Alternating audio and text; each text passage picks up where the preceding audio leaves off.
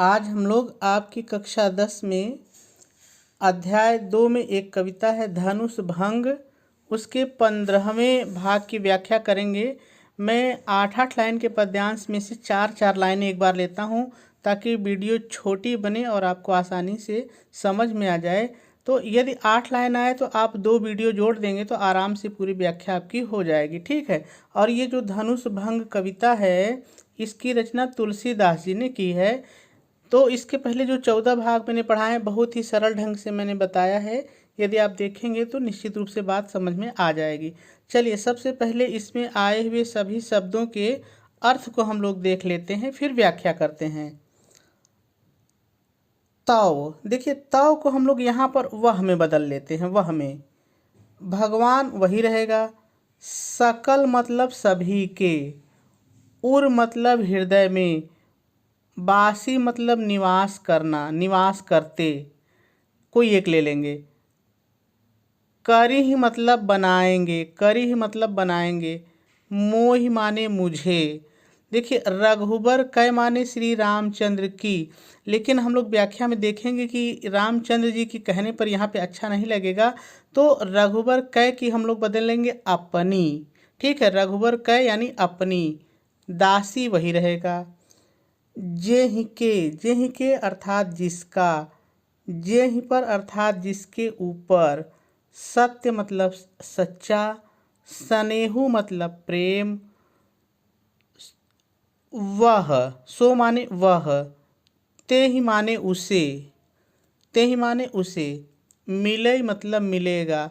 न माने नहीं। कछु माने कुछ। संदेहु मतलब संदेह। प्रभु, प्रभु श्री रामचंद्र जी के लिए आया है। तन मतलब शरीर।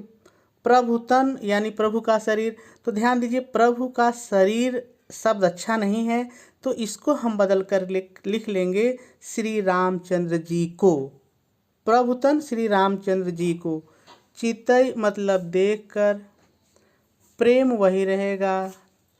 तन माने शरीर। ठाना मतलब ठान लिया। कृपा निधान ये श्री रामचंद्र जी के लिए आया। कृपा निधान श्री रामचंद्र जी, इतने का पूरा हो जाएगा। कृपा निधान श्री रामचंद्र जी। सब मतलब सब या भली भांति, सब या भली भांति। हम लोग देखेंगे व्याख्या में क्या अच्छा रहेगा। जाना मतलब जान लिया। सिया ही मतलब सीता जी को। विलो की मतलब देखा। तक्यव माने भी देखा। धनु माने धनुष को, धन माने धनुष को। कैसे मतलब ऐसे, कैसे को बदल के करेंगे ऐसे। चित्तव मतलब देखना। गरुड़ मतलब गरुड़ पक्षी है। गरुड़ पक्षी की विशेषता होती है कि कितना भी बड़ा सांप हो यह उसे आराम से मार के खा लेता है, तो यह सांप का शत्रु होता है। गरुड़ पक्षी है, एक चिड़िया है। लघु माने छोटा। ब्यालह मतलब सांप, ठीक है। लघु ब्यालह मतलब छोटा सांप, जैसे वही रहेगा। तो सारे कठिन शब्द हो गए। चलिए इसकी व्याख्या हम लोग सीखते हैं।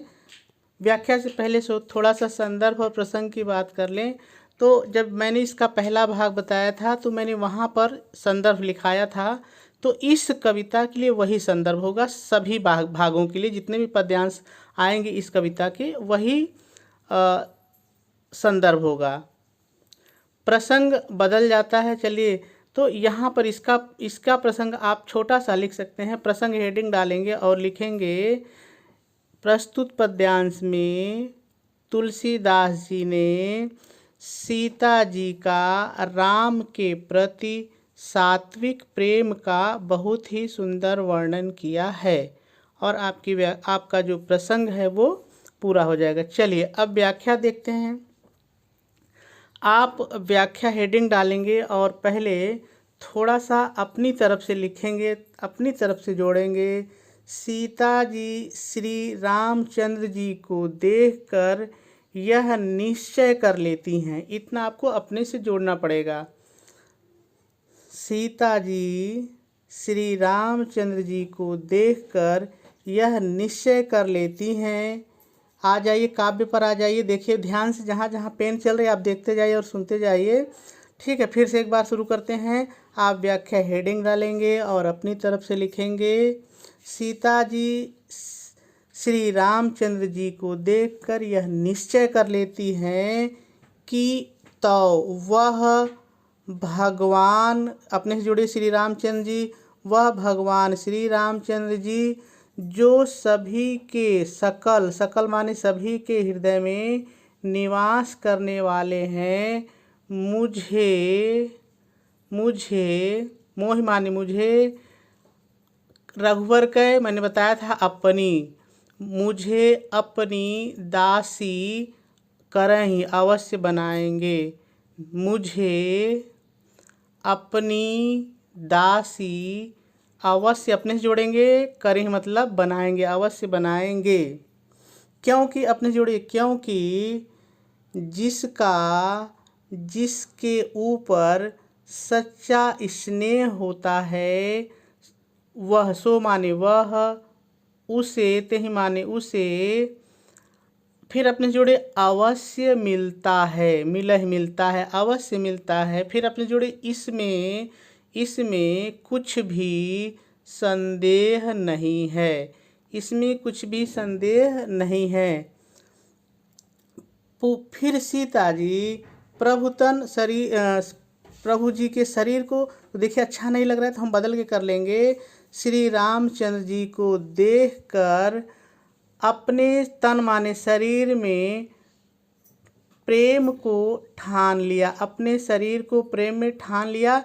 तो अगर आप शरीर हटाना चाहें तो हटा भी सकते हैं। आप कह सकते हैं श्री रामचंद्र जी को देखकर, चितई देखकर मन में प्रेम करने का ठान लिया, और शरीर जान चाहे तो जोड़ सकते हैं, प्रेम करने का ठान लिया और मन में विचार किया कि अब यह हृदय, ये जोड़ना पड़ेगा, और मन में विचार किया कि यह हृदय अब श्री रामचंद्र जी के अलावा किसी का भी वर्ण नहीं करेगा। ये जोड़ना पड़ेगा, ध्यान दीजिएगा। ठीक है, एक बार सुन लीजिए, मैं दोबारा बताऊंगा तो क्लियर हो जाएगा। ठीक है, सीता जी के इस विचार को, अपने जोड़े सीता जी के इस विचार को कृपा निधान श्री रामचंद्र जी भली भांति जान गए, सब भली भांति जान गए, और सीता जी की तरफ देखा, फिर सीता जी की तरफ देखा, फिर धनुष की तरफ ऐसे देखा, कैसे को ऐसे करेंगे, ऐसे देखा, धनुष को ऐसे देखा जैसे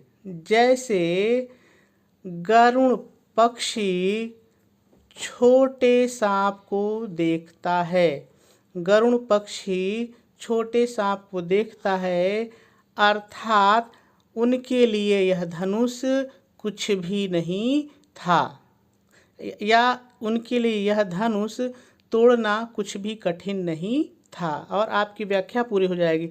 देखिए इस बार मैंने समझाने में बहुत सारी चीज़ें बोली हैं जो कि आपको नहीं भी लिखनी थी। चलिए दोबारा सुनिए कि अब आपको क्या लिखना है और क्या छोड़ देना है। ठीक है, चलिए आप व्याख्या हेडिंग डालेंगे और पहले अपनी तरफ से जोड़ कर लिखेंगे, सीता जी श्री रामचंद्र जी को देखती हैं तो यह निश्चय करती हैं कि वह भगवान श्री रामचंद्र जी जो सभी के हृदय में निवास करने वाले हैं, मुझे अपनी दासी अवश्य बनाएंगे। क्योंकि अपने जोड़ेंगे, क्योंकि जिसके ऊपर सच्चा स्नेह होता है वह उसे अवश्य मिलता है, इसमें कुछ भी संदेह नहीं है। सीता जी श्री रामचंद्र जी को देखती हैं, फिर अपने शरीर में प्रेम करने की ठान लेती हैं और विचार करती हैं कि अब यह हृदय, अपने जोड़ना है कि अब यह हृदय श्री रामचंद्र जी के अलावा किसी का वर्ण नहीं करेगा, या किसी का चुनाव नहीं करेगा, या किसी से प्रेम नहीं करेगा। जो आपको अच्छा लगे एक, कोई भी एक ले लीजिए।